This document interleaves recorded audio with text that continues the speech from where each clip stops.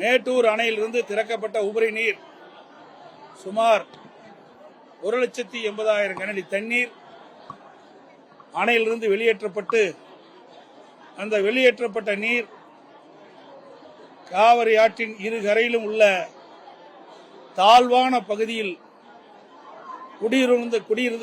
குடியிருந்த வீட்டுக்குள் தண்ணீர் புகுந்து மக்கள் பாதிக்கப்பட்டுள்ளனர்.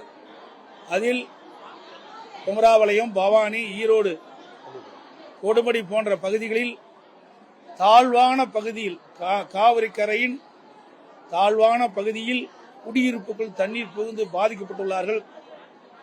அந்த பாதிக்கப்பட்டுள்ள மக்களை சந்தித்து ஆறுதல் கூறி அவர்களுக்கு அனைத்து இந்திய அண்ணா திராவிட முன்னேற்ற கழகத்தின் சார்பாக இந்த தொகுதியினுடைய சட்டப்பேரவை உறுப்பினர் முன்னாள் அமைச்சர் சகோதரர் தங்கமணி மற்றும் இங்கு இருக்கின்ற கழக நிர்வாகிகள் ஏற்பாடு செய்த நிகழ்ச்சியிலே அவர்களுக்கு நிவாரணப் பொருள் வழங்கப்பட்டது. அந்த நிகழ்ச்சியிலே கலந்து கொண்டிருக்கின்றனர்.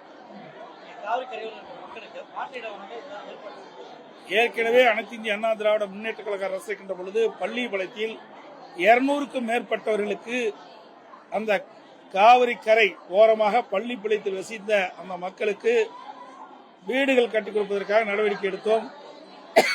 அதே போல குமராபாளையம் பகுதியில்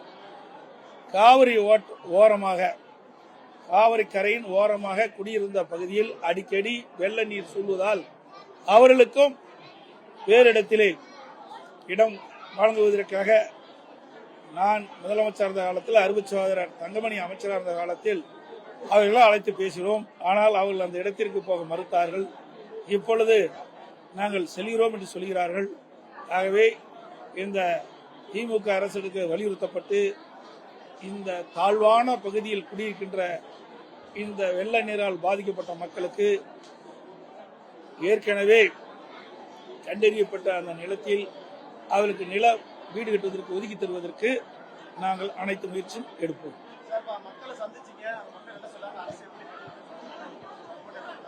அதாவது இது ஒவ்வொரு முறையும் அணை நிரம்புகிற போது மேட்டூர் அணையிலிருந்து வெளியேறுகின்ற உபரி நீர் ஒரு குறைந்தபட்சம் ஒரு 1,80,000 கனஅடி வெளியேறுகின்ற பொழுது காவிரி கரை ஓரமாக இருக்கின்ற நான் குறிப்பிட்ட அந்த நகரங்களில் தாழ்வான பகுதியில் வீடுகளில் தண்ணீர் புகுது. இது தொடர்ந்து இருந்து கொண்டிருக்கின்றது. இதற்கு மாற்று ஏற்பாடு செய்வதற்குத்தான் எங்களுடைய ஆட்சியிலே பள்ளிப்பாளையம் பகுதியில் அவருக்கு மாற்று இடம் கொடுக்கப்பட்டது.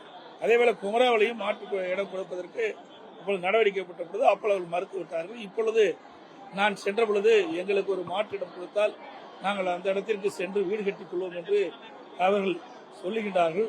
இந்த கருத்தையெல்லாம் கேட்டு அரசுடைய கவனத்திற்கு எடுத்து சென்று பத்திரமாக பாதுகாப்பான இடங்கள் தேர்வு செய்து அவர்களுக்கு வழங்கப்படும். செய்திகளை உடனுக்குடனும் துல்லியமாகவும் தெரிந்து கொள்ள சப்ஸ்கிரைப் பண்ணுங்க.